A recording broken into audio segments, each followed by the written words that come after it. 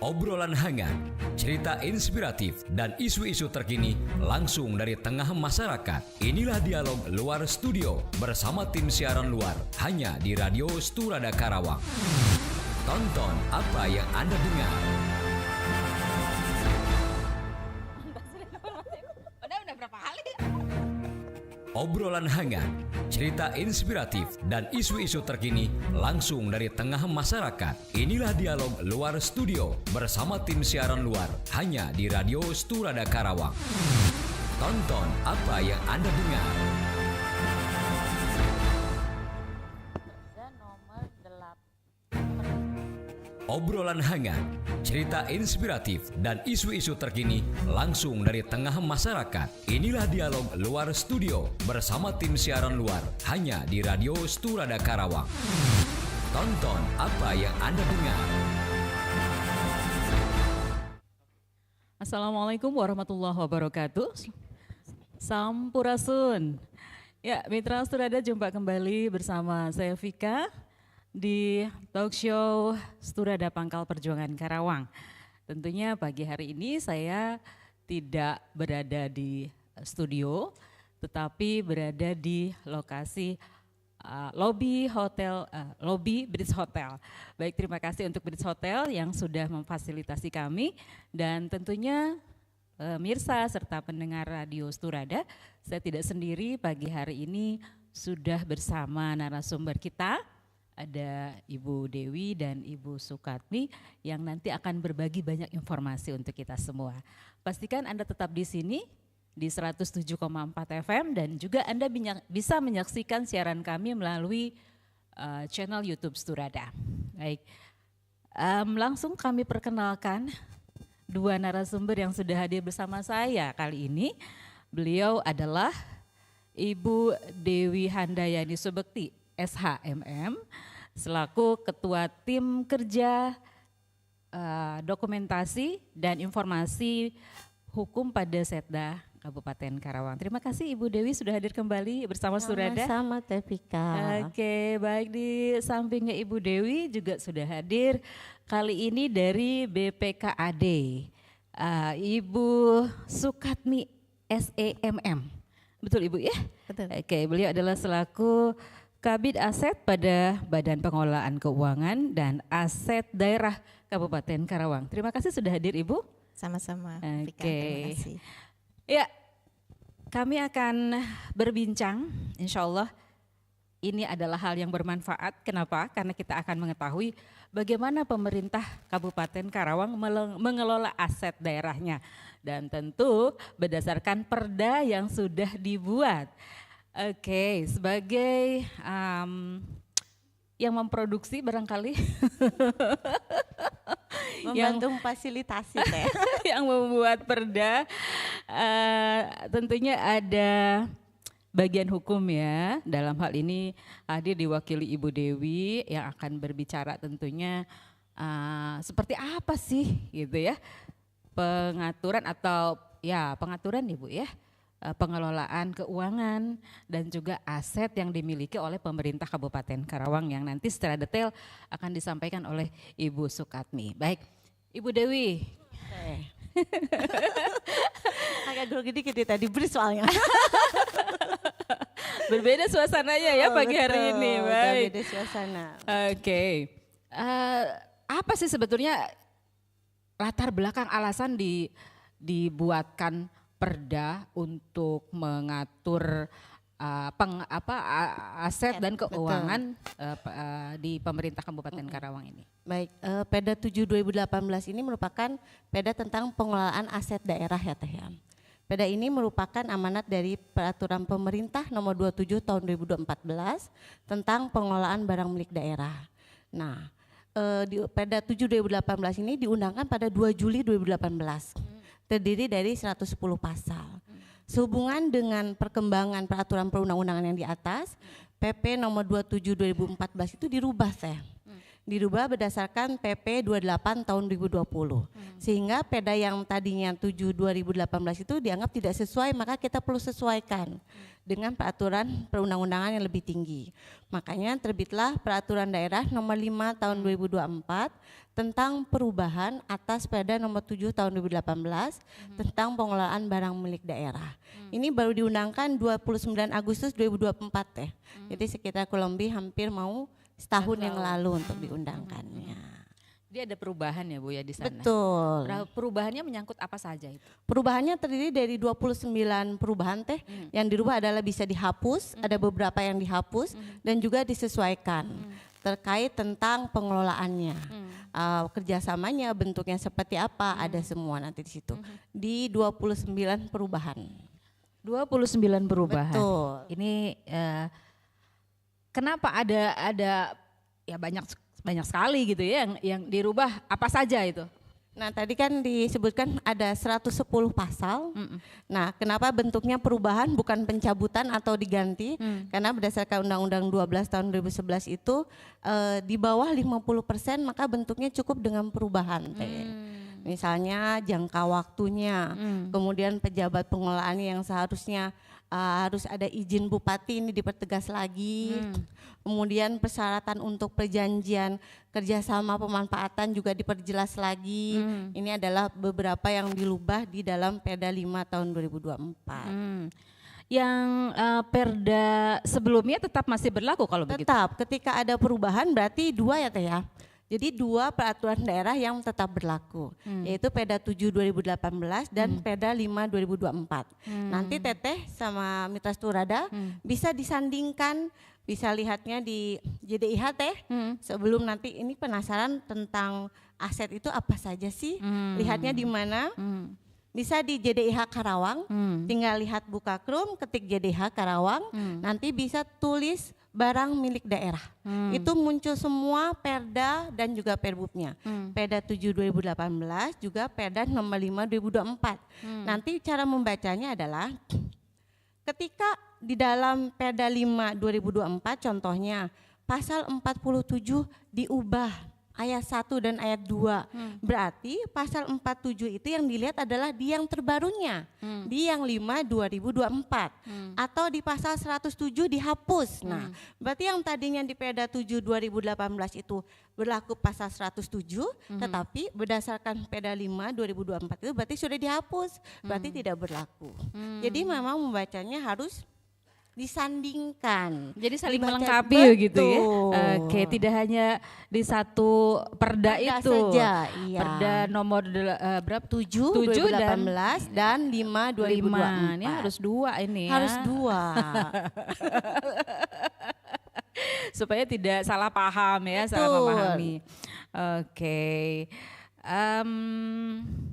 Sebenarnya tantangan terbesarnya dalam penerapan regulasi aset daerah ini di lapangan seperti apa sih? Wah, kalau yang tantangannya Mbak Vika bisa langsung tanya nih Mbak, ini ada pakarnya, ini adalah Kabid Aset yang pegang aset se-Kabupaten Karawang yang ngelola salah satunya katanya orang terkaya. Ini yang pegang seluruh aset Kabupaten Karawang dari laut sampai ke gunung ya. Nggak dipegang, nggak Tidak dipegang, dicatat saja. Kalau dipegang nggak akan kuat. Karena terlalu banyak. Karena terlalu banyak. Baiklah, izin saya boleh beralih ya. Silakan, Mbak. Ke Ibu Sukatmi. Senang bertemu dengan Ibu pagi hari ini. First time ya Bu ya? First time. Grogi teh. Santai aja Bu. Baiklah. Mungkin saya ingin terlebih dahulu mengetahui tugas keseharian Ibu dalam bertugas ya selama ini sebagai kabid di kabid apa tadi Bu? Kepala bidang aset. Kepala bidang aset. Nah ini luar biasa nih ya, yang amanah yang diemban ini loh ya, tidak main-main. Apa saja sebagai tupoksi Ibu dalam bekerja sehari-hari? Baik teh ya, kalau tupoksi tentunya kita mengacu ke Perbub ya Bu Dewi ya. Kalau di BPKAD itu Perbub nomor 78 tahun 2021. Nah di situ di BPKAD itu terdiri dari kepala badan, sekretaris, 4 bidang. Nah salah satu bidang itu adalah bidang aset. Nah karena kami BPKAD ya badan, tentunya kami tugasnya adalah mengkoordinasi, mengkonsolidasi, ya, serta menyusun kebijakan-kebijakan teknis pelaksanaan dalam pengelolaan barang milik daerah, mengkoordinasikan seluruh siklus pengelolaan barang milik daerah. Siklus pengelolaan barang milik daerah itu kan ada 11 ya Bu Dewi, baik di PP, di Permendagri, di Perda maupun Perbub, itu linier, tidak ada yang dirubah. 11 siklus, dari perencanaan kebutuhan dan penganggaran, kemudian pengadaan, kemudian penggunaan, pemanfaatan, pengamanan dan pemeliharaan, penilaian, pemindah tanganan, pemusnahan, penghapusan, penatausan, dan yang terakhir adalah wasdal, pengawasan dan pengendalian. Jadi itu tidak bisa dipisahkan. Ini cakupannya cukup luas ya, sangat luas Sangat bahkan. luas sekali. Jadi pada saat kita diberi amanah oleh pimpinan ya untuk mengurus aset, itu berarti 2 amanah ya. Yang pertama adalah langsung jadi orang kaya. Yang kedua berikut permasalahannya. Jadi kalau asetnya banyak, permasalahannya juga insya Allah banyak gitu ya. Orang yang hartanya banyak tentunya juga banyak yang masalahnya. Ngurusnya juga harus ekstra, dipelihara, effortnya gitu harus ya, tinggi. Bu. Oke. Betul. Namun sebelum ke sana, saya ingin penjelasan dulu apa sih sebetulnya yang dikatakan aset milik daerah itu, begitu? Apa saja? Oke, aset ya. Aset itu secara umum ya, secara umum. Nah, nyaman aset itu kekayaan ya. Tapi kalau kita di dalam pemerintahan, namanya itu aset itu ada namanya barang milik negara, ada barang milik daerah. Kalau barang milik negara itu adalah aset-aset pemerintah pusat. Ya. Nah, seperti itu. Kalau kita di pemerintah daerah, provinsi, kabupaten, kota, itu namanya barang milik daerah. Sama, itu sebenarnya aset-aset juga. Dan aset itu dibagi 3 sebenarnya. Dikelompokkan menjadi 3. Yang pertama aset lancar, itu kalau di pelaporan ya, di pelaporan aset tetap, aset tidak berwujud. Nah, tapi bukan uka-uka, bukan yang tidak berwujud apa yang tidak berwujud. Aset tidak berwujud. Tapi diakui sebagai aset ya. Aset semua itu adalah aset.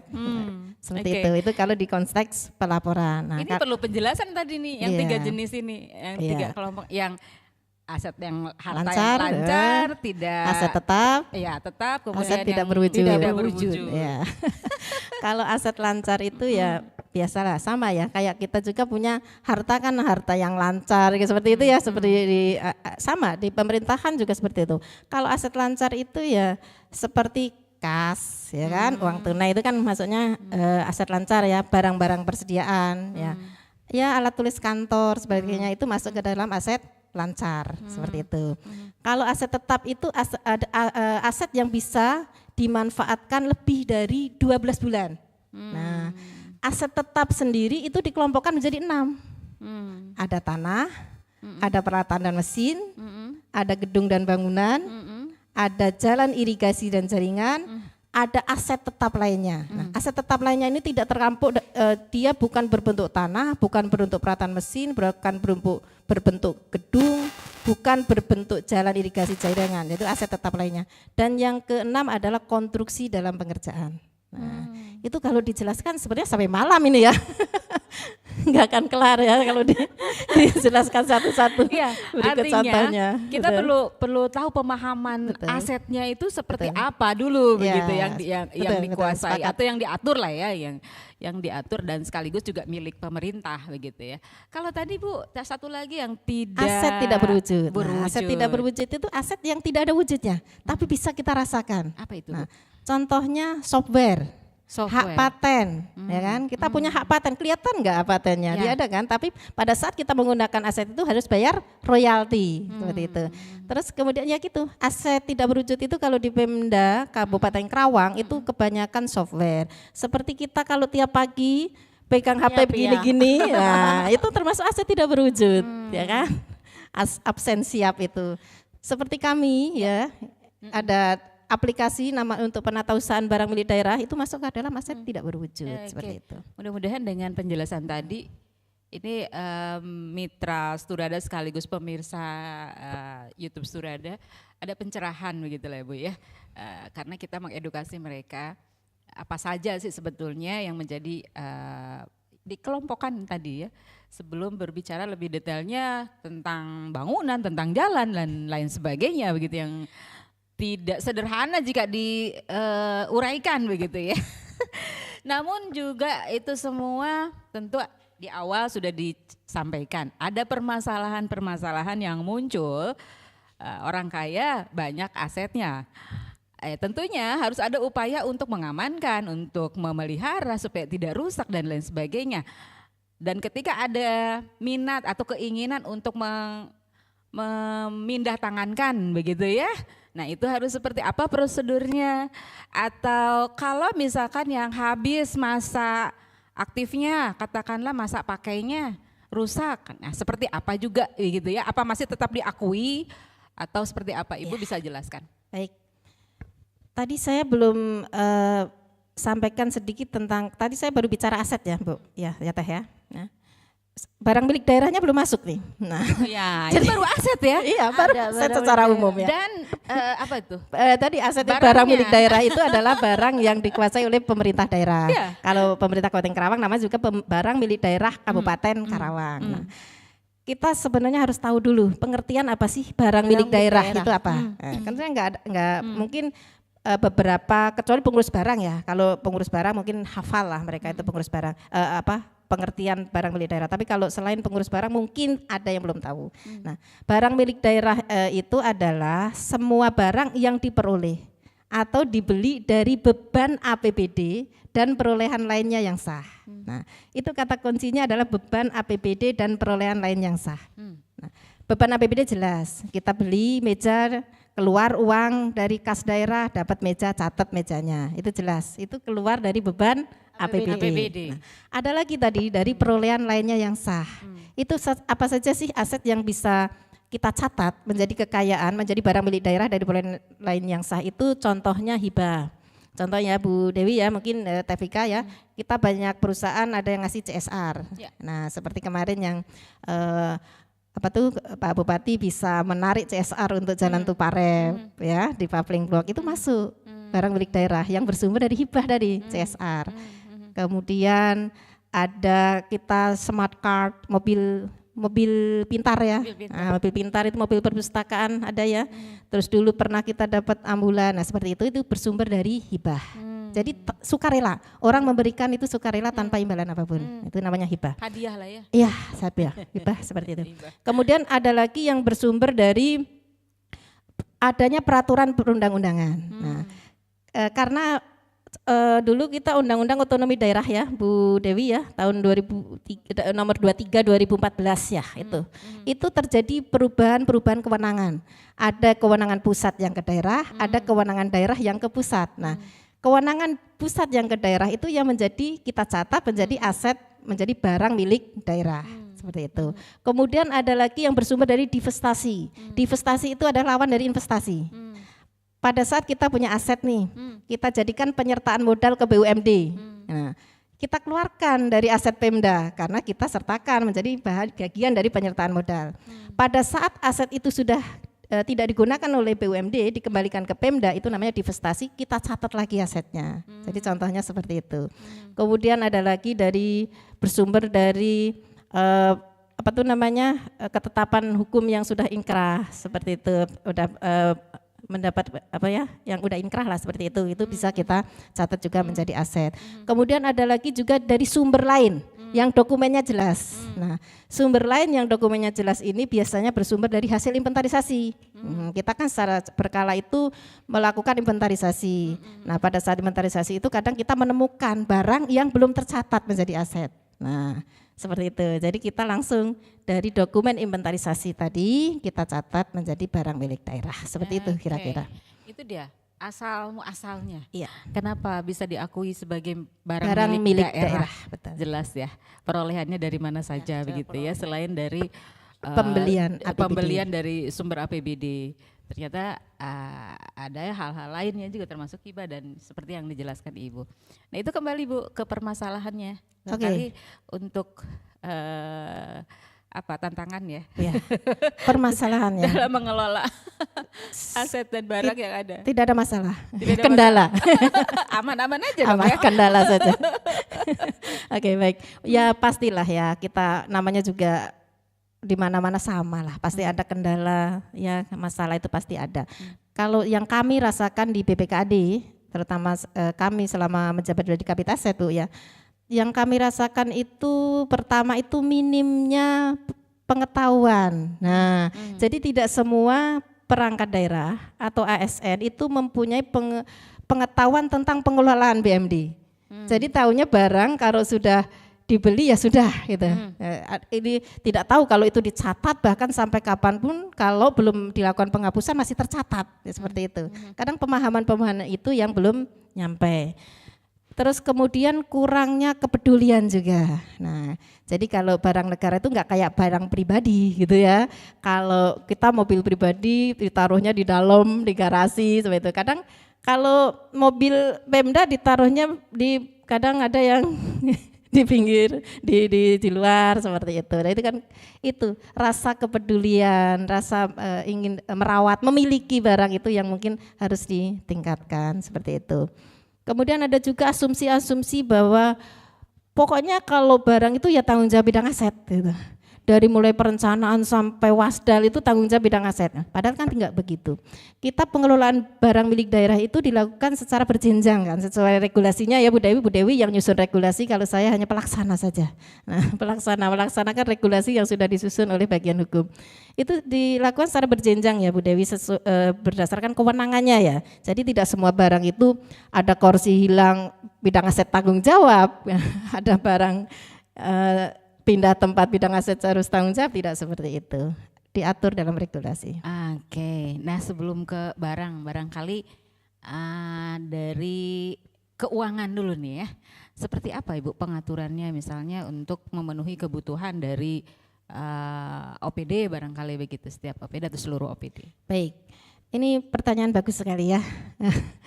Tentunya kalau kita mau membeli barang, seperti siklus pengelolaan barang tadi ya, kita harus melakukan perencanaan. Nah, perencanaan kebutuhan. Nah, kita bisa merencanakan kebutuhan yang kita butuhkan ya, bukan inginkan ya. Sekali lagi perencanaan kebutuhan, bukan perencanaan keinginan.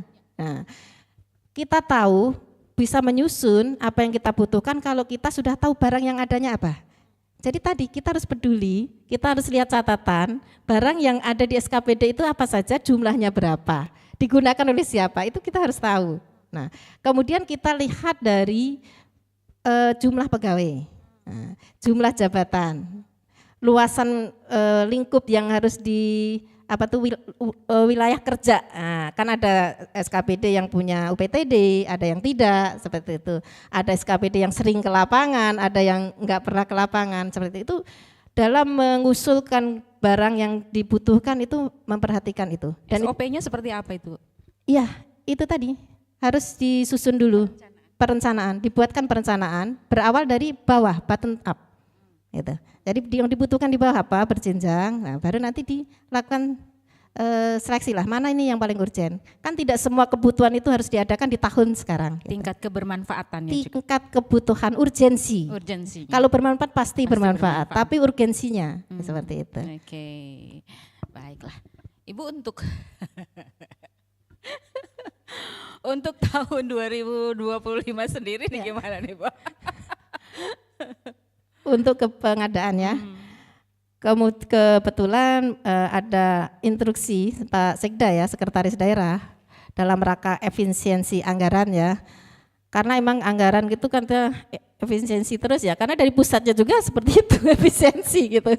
Jadi kami juga BPKAD, pimpinan kami sangat selektif ya dalam pengadaan barang. Misalkan ada SKPD yang mengusulkan komputer, nah itu berdasarkan surat edaran Pak Sekda tadi Bu Dewi, itu harus minta rekomendasi dari BPKAD. Nah, tentunya kalau masalah barang ya bidang aset lah yang ya, memberikan masukan ke pimpinan.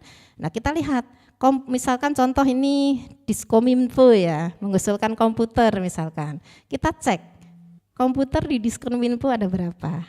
Nah, digunakan oleh siapa, apa kira-kira kebutuhan pegawai di Diskominfonya itu berapa. Kalau memang kira-kira masih memungkinkan sesuai, ya kita rekomendasikan. Tapi kalau kita lihat di Kominfo komputer sudah banyak, pegawainya sekian, ini udah cukup. Ya, mohon maaf, kecuali ada usulan penghapusan. Oh, ada komputer yang rusak loh, sudah rusak berat, tidak digunakan. Ya silakan usulkan penghapusannya. Seperti itu. Nah itu seperti apa Ibu kalau untuk prosedur seperti itu yang harus ditempuh? Misalkan ada barang rusak dan usianya tadi kurang dari berapa? Misalkan Kalau kebijakan akuntansi kita barang inventaris itu 5 tahun. 5 tahun. Tapi ya. kalau aset kan gimana? Kalau 5 tahun juga dirawat bagus biasanya masih bagus. Suka seperti itu. Ya. Tapi tetap harus ada prosedurnya, persyaratan Betul. untuk Harus ada pengajuan prosedur. yang baru. Betul. Oke, misalnya barang bergerak mobil lah ya, kendaraan. Ya. Ini yang sering terjadi karena seperti tadi sampaikan kepeduliannya kurang karena milik bersama ya, inventaris. Perawatannya kurang terperhatikan begitu ya. Betul. Itu sepertinya harus seperti apa Ibu? Ya. Kebetulan kalau tahun ini ada kebijakan pimpinannya, kita moratorium pengadaan kendaraan dinas ya. Ya karena tadi bukannya tidak butuh, tapi ya karena tadi kita efisiensi gitu.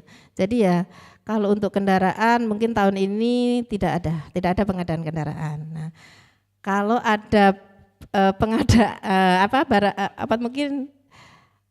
kendaraan yang sudah tidak layak, nah, itu mungkin kembalikan saja ke aset. Ya ditarik dulu gitu. Tapi mungkin emang kami juga yang dikembalikan ke aset itu kebanyakan yang sudah rusak. Jadi misalkan saya kembalikan kendaraan pengen ganti gitu yang agak bagus, bisa asal ada penggantinya. Nah masalahnya kan banyak yang tadi tidak ada yang dikembalikan ke kami itu posisinya baik. Seperti itu masalahnya.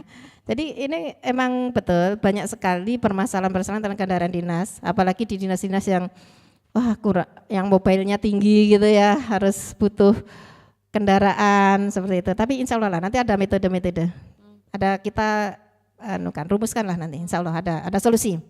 Ada solusi. kemitraan barangkali dengan pihak ketiga, pengecekan seperti itu.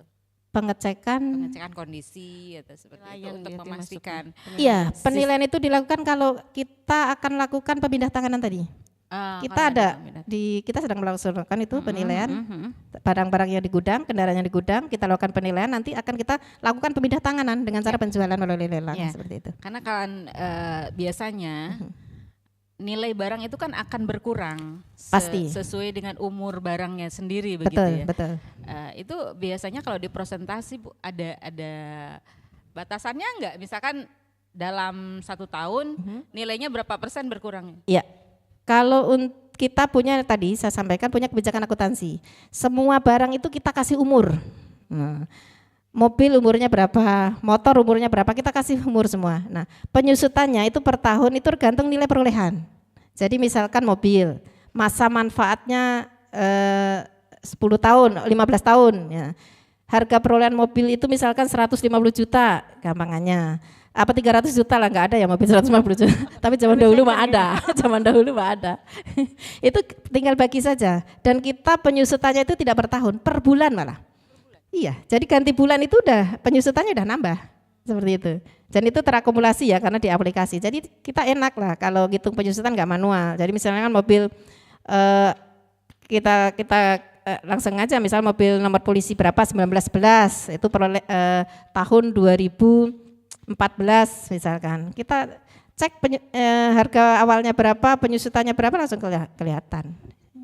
Itu udah hitung otomatis. Ada masa pokok intinya benar bahwa barang itu tidak dari awal harganya segitu, enggak ada penyusutannya. Ada. Iya, kalau Teteh tadi ada pengecekan kondisi fisik yang ditanyakan, kita itu pernah waktu itu apel kendaraan ya, waktu di galeri. Nah itu kan dia lakukan pengecekan fisik tuh sama Disub, sama Disub.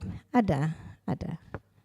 Jadi lebih bisa memastikan kondisi sesuai dengan umur begitu ya, dan juga nilai barang itu sendiri.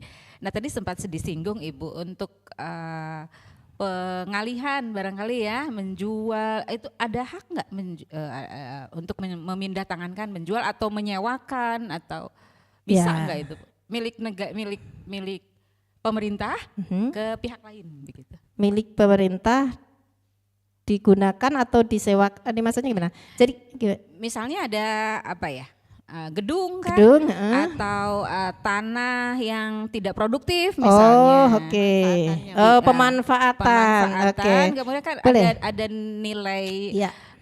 apa itu, ada nilai Oke, uangnya ya. pemanfaatan, betul. Ini sangat diatur di regulasi ya Bu Dewi ya. Pemanfaatan itu untuk barang milik daerah jenisnya ada 5. Yang pertama sewa. Nah, sewa itu barang milik daerah digunakan pihak lain itu membayar uang. Ya. Dalam jangka waktu maksimal 5 tahun lah kalau sewa ya. Nah itu namanya sewa. Tapi syaratnya pemanfaatan ini harus syarat utamanya tidak digunakan untuk menunjang tusi. Nah jadi SKPD sudah tidak, apabila disewakan tidak mengganggu tusinya SKPD, baru boleh dilakukan pemanfaatan. Tapi kalau masih misalkan mobil gampangannya ya, SKPD aja masih butuh mobil itu gitu. Kenapa dimanfaatkan pihak lain? Nah itu tidak boleh. Jadi syarat awalnya pemanfaatan adalah tidak mengganggu tusi SKPD. Nah pemanfaatan tadi sudah saya sampaikan ada 5. Yang pertama sewa, itu kepada pihak lain kita mendapat imbalan uang. Ya. Kemudian yang kedua pinjam pakai. Nah mungkin yang TVK maksud pinjam pakai ya. Pinjam pakai ini bisa dilakukan antar instansi pemerintah. Pemerintah daerah dengan pemerintah pusat, pemerintah pusat pemerintah daerah atau antar pemerintah daerah. Contoh, kita Kabupaten Karawang itu memberikan pinjam pakai kendaraan ke Kodim, ke Polres, Kejaksaan, seperti itu pinjam pakai namanya. Boleh Itu itu ya. tanpa imbalan apapun karena itu sama-sama untuk menunjang tusi. Ya. Nah, mereka kan juga pelayanan masyarakat seperti itu. Kemudian yang ketiga kan baru kelima, Ya. itu sahabat baru 2 ya kan. Makanya ini bisa sampai malam nih. Baru sewa ya kan, yang kedua pinjam pakai, pinjam pakai. yang ketiga kerjasama pemanfaatan. Nah, itu. Kalau kerjasama pemanfaatan ini benar-benar bisnis. Kalau di Karawang kita belum punya ya konsep kerjasama pemanfaatan, tapi kalau di contoh success story-nya itu di Provinsi Jawa Barat, itu punya Teteh ke Gedung Sate itu ada hotel Pullman ya, itu KSP-nya Provinsi Jabar. Nah, jadi Pemda punya tanah, pihak swasta membangun, mereka mengelola, pemerintah mendapatkan kontribusi tetap dan pembagian keuntungan. Karena memang kerjasama pemanfaatan ini murni bisnis Bu Dewi ya, jadi sangat bagus nih kalau bila kita punya tanah yang luas, mungkin bisa dibangun hotel atau apa gitu yang benar-benar komersil, itu ada tadi kita 2 masuk ke kasdanya, kontribusi tetap dan pembagian keuntungan. Kemudian yang ketiga itu adalah BGS, bangun guna serah atau serah guna bangun, atau bangun serah guna, bangun guna serah, bangun serah guna. Nah kalau BGS ini tidak murni bisnis, ini ada kaitannya dengan tusi. Oke. Nah, contoh misalkan pembangunan apa ya, pasar. Oke. Pasar pemerintah daerah itu kan berkewajiban menyediakan tempat jual beli ya, perdagangan. Nah, itu kan tusinya Pemda. Otomatis bisa Pemda punya lahan, kemudian pihak ketiga membangun pasar, pihak ketiga itu mengelola pasar itu, ada kontribusi tetap tiap tahun ke Pemda. Itu kalau BGS. Sewa, pinjam pakai, KSP, BGS. Yang kelima adalah kerjasama penyediaan infrastruktur. Nah, ini kita juga belum pernah melakukan di Karawang, tapi kalau di intinya KSPI itu diatur semacam konsep kerjasama pemerintah dengan badan usaha KPBU. Nah, jadi itu diatur dengan aturan lain lagi KPBU itu. Kalau nggak salah Perpres 38 2015 kalau nggak salah. Kita Pemda belum pernah melakukan. Tapi kalau di tingkat kementerian pernah. Nah, misalkan penyediaan perumahan seperti itu kan KPBU itu modelnya. Kalau sewa gedung serbaguna misalkan milik pemerintah untuk masyarakat yang menggunakan, Itu berarti sewa. Boleh, Sewa. itu sewa. Sewa Kalau boleh. gedung, gini, kalau sewa itu harus jangka waktunya lebih dari 12 bulan Bu Dewi. Nah, regulasi yang Perda kita nomor 7 tahun 2022, 17. Perda 17 tahun 2022 itu ya. Nah, itu kan amanat dari pusat itu bahwa membedakan mana yang pemanfaatan, mana yang retribusi. Kalau gedung itu kan paling per jam ya. Iya, Nah, itu masuknya harusnya ke retribusi. retribusi aja. Ada kita, Pemda beberapa bangunan Pemda yang dimasuk ke perda retribusi ada. Gitu. Itu biasanya prosedurnya seperti apa persyaratannya? Tinggal memohon aja ke SKPD-nya. Misalkan Teh Vika contoh mau pinjem gedung yang mana? Islamic Center misalkan. Nah, itu pengguna barangnya adalah PUPR. Nah, silang tinggal ngusulin ngajuin permohonan ke Kalau PUPR. GOR misalnya. Gor Panadudaya. Nah, itu pengguna barangnya Dinas Pendidikan. Dinas Pendidikan, Silahkan gitu ngusulkan ya. ke Dinas Pendidikan. Ya, Oke, baiklah. Itu dia tadi pemanfaatan Ya. untuk aset Ya. dan barang daerah ya. Ya. Mencakup 5 tadi. Ternyata luar biasa ya, banyak sekali perda yang sudah diatur di Banyak, Mbak. Soalnya perda yang 110 sudah- pasal. perda yang sudah dibuat. Jadi Udah membuat. Saya yang harus melaksanakan. baik. Tapi menurut Bu Sukatmi, seperti apa perda yang memang sudah dibuat ini? Apakah memang sudah mencakup keseluruhan pengaturannya sehingga memudahkan kinerja di BPKAD? Ya, kalau perda ya sudah sesuai, sangat sesuai ya Bu Dewi ya. Cuma mungkin secara teknis kita harus turunkan ke Perbu-Perbu. Yang Nah, perbuknya perlu Perbu. dievaluasi lagi karena ada Permendagri yang Permendagri tahun 2024, 7/2024 itu berarti harus disesuaikan lagi ya Mbak Iya, ya. betul. Kalau betul. perda sebenarnya masih aman karena rujukannya kan peraturan pemerintah. Tapi kalau peraturan bupati kan lebih ke teknis ya Teh ya. Jadi memang harus disesuaikan kembali berdasarkan Permendagri 7 tahun 2024. Oke, Ibu boleh kepo ya. Keponya lebih detail lagi. Nah, ketika tadi ada pemanfaatan aset dan barang milik daerah, itu ada nilai uangnya, hasilnya begitu. Ini masuk kemana nih? Kas daerah, langsung kas daerah. Kas daerah. Kita ada namanya akun pendapatan, baik retribusi maupun pemanfaatan barang milik daerah ya. Ada langsung masuk ke kas daerah. Ada pengelolaannya juga seperti apa? Kalau pengelolaannya ya kita masukkan dulu ke kas daerah, nanti pengelolaannya tadi berbentuk DPA, SKPD ngacu RKA DPA untuk memenuhi pembiayaan, kebutuhan. nah seperti itu. Gitu ya, supaya lebih jelas, Bu, ini kemana hasilnya Jadi nih, tidak gitu ya. seperti BLUD ya. Kalau BLUD mah ya bisa dikelola sendiri, tapi kalau kita instansi tidak bisa, kas daerah dulu, enggak langsung. Oke, kita juga pengen tahu Bu bagaimana cara pengamanan milik daerah gitu ya, supaya tidak terlantar, supaya tidak hilang begitu Bu. Ya. Baik, pengamanan itu kita ada 3 jenis ya pengamanan. Itu ada pengamanan administrasi, pengamanan fisik, pengamanan secara yuridis atau dari aspek hukum. Nah, pengamanan administrasi itu pencatatan tentunya ya. Secara administrasi semua barang kita catat. Kita nggak ada yang terlewat. Inventarisir ya Iya, semuanya. kita ada catatannya, ada pembukuannya, semua barang tercatat. Kemudian pengamanan fisik itu harus kita kuasai fisiknya. Nah, bentuk pengamanan fisik itu misalkan kalau tanah kita pasang pelang, kita pasang patok, ya patok batas seperti Kita itu. suka lihat tuh tanah ini milik negara. Nah, itu. Milik pemerintah daerah. Iya, betul. Itu salah satu bentuk pengamanan fisik. Kita kuasai fisiknya, seperti itu. Kemudian ada lagi pengamanan secara yuridis, aspek hukum. Jadi kalau tanah kita sertifikatkan. Kebetulan kita ini sedang diintervensi juga oleh KPK soal sertifikasi ini Bu Dewi. Setiap tahun kita harus bahkan kalau laporan sertifikasi aset itu bukan tiap tahun kita laporan ke KPK, tiap bulan kita laporan ke KPK ya prosesnya.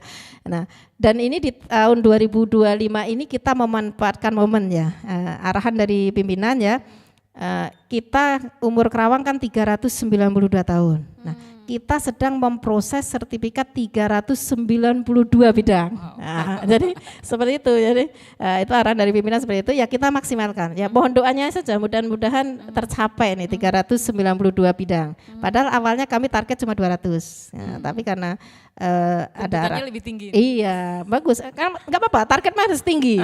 Biar kita ngejarnya juga Lebih lebih produktif ya. lebih produktif. Seperti itu. Larinya biar lebih Kalau kencang. ngos-ngosan.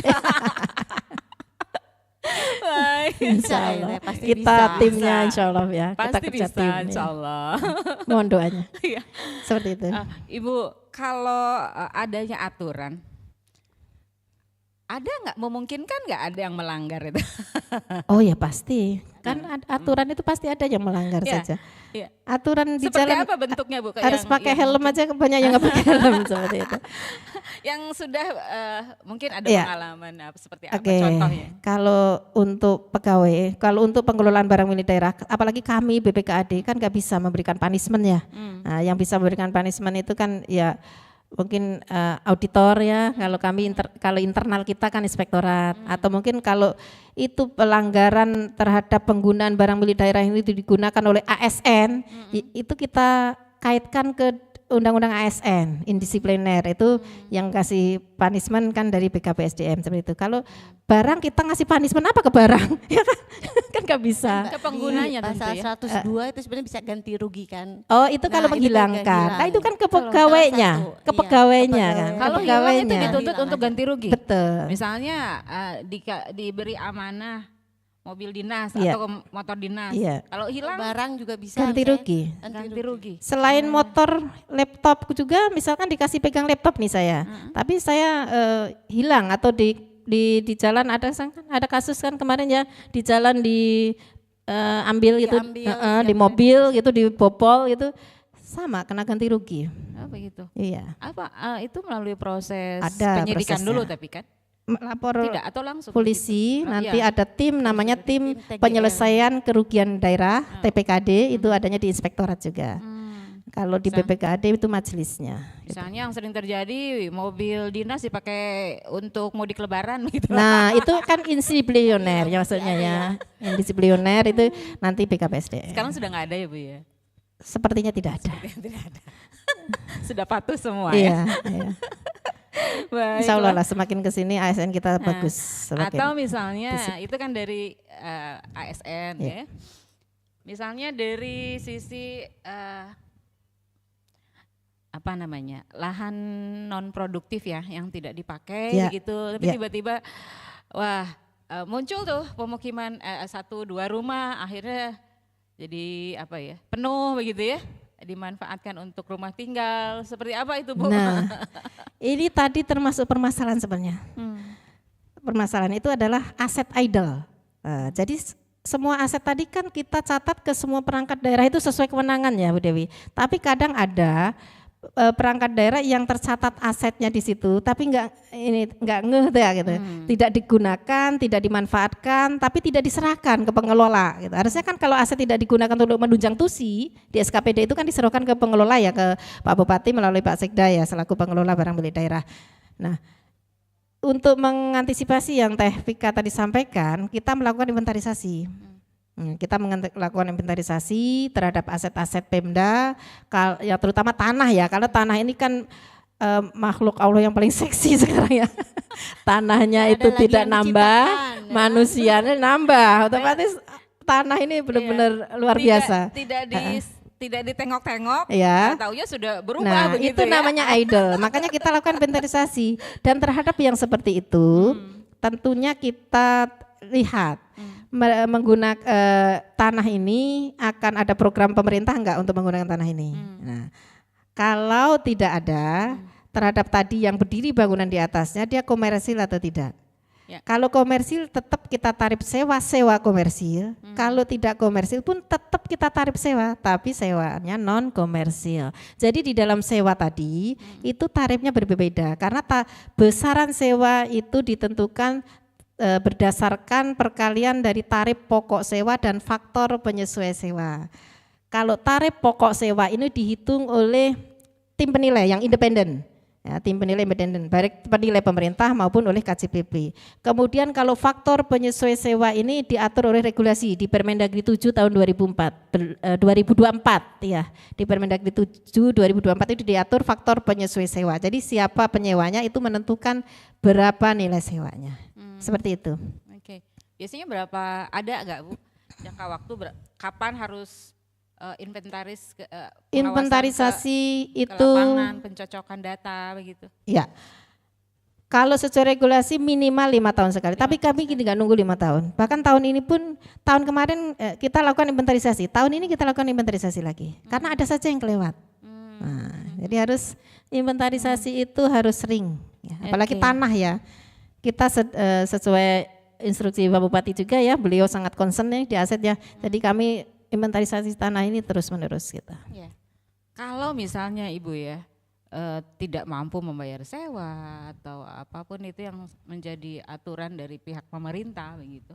Itu ada tindakan ada. harus seperti apa itu? Pasti kita lakukan penagihan, tagihan 1, tagihan 2, tagihan 3, pencabutan, pemutusan sewa. Seperti itu. Pengusiran bisa? Bisa, pemutusan, namanya pemutusan. Jadi kalau Nggak diputus disewa berarti lagi, dia harus selesai. meninggalkan gitu. Kayak gitu ya. Iya. Baiklah. Waktu nggak kerasa ya, sudah hampir 1 jam kita ngobrol Ibu. Luar biasa. Bener Mbak. Ya, maka kalau ngobrolin aset kata saya juga lama, Bu. Iya. Sampai Ini hanya garis besarnya saja Iya. barangkali ya. Sebelum kita closing barangkali ada hal-hal yang mungkin perlu ditegaskan oleh pihak BPKAD, entah itu himbauan atau seperti apa khususnya untuk para ASN barangkali iya. begitu Ibu, silahkan. betul. Terima kasih Teh. Kalau saya sebagai ASN ya, kita semua ya, kita ketuk hati kita munculkan rasa kepedulian kita terhadap barang. Jadi kita peduli. Kalau melihat motor, kira-kira kok itu bukan orang Pemda loh. Nah, tolong deh diinfokan. Nah, infokan ke kami nggak apa-apa. Karena kami nanti akan tahu motor itu atau kendaraan itu penggunanya SKP di mana. Nah, terus kalau ada misalkan ada info tentang tanah, katanya ini tanah Pemda loh, seperti itu. Nah, tolong sampaikan, ada nggak bukti kelengkapannya? Misalkan kan biasanya kalau tanah itu ada salinan C di desa. Kita pernah menemukan itu. Ada info dari orang-orang terdahulu, ya, katanya dulu ini dibeli oleh Pemda. Nah, kita cek kepala desanya gitu, itu benar ternyata ya sudah bagus. Nah, info itu yang sangat membantu kami gitu ya. Terutama kendaraannya, yang namanya kendaraan itu kan benar-benar mobile. Nah, jadi rasa kepedulian terhadap barang milik negara gitu. Bahwa nanti bahwa emang ngurus aset itu bukan sesuatu yang membahagiakan ya, bukan sesuatu yang gimana ya, spiritnya tuh intinya beda dengan ngurus uang gitu. Tapi itu luar biasa, bahwa barang negara inilah yang menjadi alat untuk pelayanan kepada masyarakat. Nah, tertibnya pengelolaan barang milik daerah ini menjadi cermin bahwa suatu daerah itu peduli tidak terhadap asetnya, kan seperti itu ya Bu ya. Jadi sekali lagi mohon izin kita sebagai ASN tolong lebih peduli lagi terhadap barang negara, apalagi yang diamanahkan pada kita maupun yang tidak. Jadi saling mengingatkan lah seperti itu. Oke, itu Mungkin saja Ibu. cukup. Baiklah, karena memang itu amanah ya Bu ya. Ibu sebagai pengelola diberikan amanah untuk menjaga dengan sebaik-baiknya untuk Dengan kebermanfaatan. sepenuh hati. Kebermanfaatan. Jadi peduli tapi bukan memiliki ya. Bukan memiliki, Bukan peduli memiliki. tapi bukan memiliki. Jadi Seperti tugasnya ngurus aja ngurus gitu saja, ya. menjaga, seperti tukang parkir lah. Iya. Nah, seperti itu. Kalau terlalu besar rasa memiliki, Wah, ya bahaya, juga. bahaya. Nanti kemana-mana dibawa. Bagus nih, boleh dong dibawa pulang. Iya, kelakar sedikit Bu ya. Ya. Baik, Ibu Dewi barangkali dalam hal ini JDIH ada hal yang disampaikan, silakan. Terima kasih Tepika. Jangan lupa Mitra Sturada ketika butuh produk hukum daerah tinggal cari di JDIH Karawang. Semua ada, semua kita upload, jadi silahkan mau butuh perda, perbub, termasuk juga peraturan desa juga kita sudah disediakan di JDIH. Jangan lupa JDIH Karawang. Oke, baiklah. Tentunya terima kasih untuk pertemuan kita hari ini, luar biasa sekali. Ibu Sukarmi luar biasa, kita jadi paham sekali bagaimana itu tupoksi dari PPKAD ya secara global barangkali. Pengelompokan asetnya seperti apa, termasuk pengelolaannya dan apa saja yang dilakukan untuk menjalankan perda yang sudah dibuat tadi Bu ya. Nah, amanahnya karena itu semua adalah amanah rakyat, amanah dari warga Karawang ya Bu ya. Baiklah, terima kasih Ibu sudah hadir, Ibu Sukatmi SEMM. Dan juga terima kasih Ibu Dewi Handayani Subekti SHMM atas kehadirannya. Mudah-mudahan ke pertemuan kita tentunya bermanfaat untuk semua. Baik, Mitra Sturada dan pemirsa, demikian perbincangan saya Vika bersama kedua narasumber kita siang hari ini. Semoga menambah wawasan dan bermanfaat. Kami pamit. Wassalamualaikum warahmatullahi wabarakatuh. Waalaikumsalam.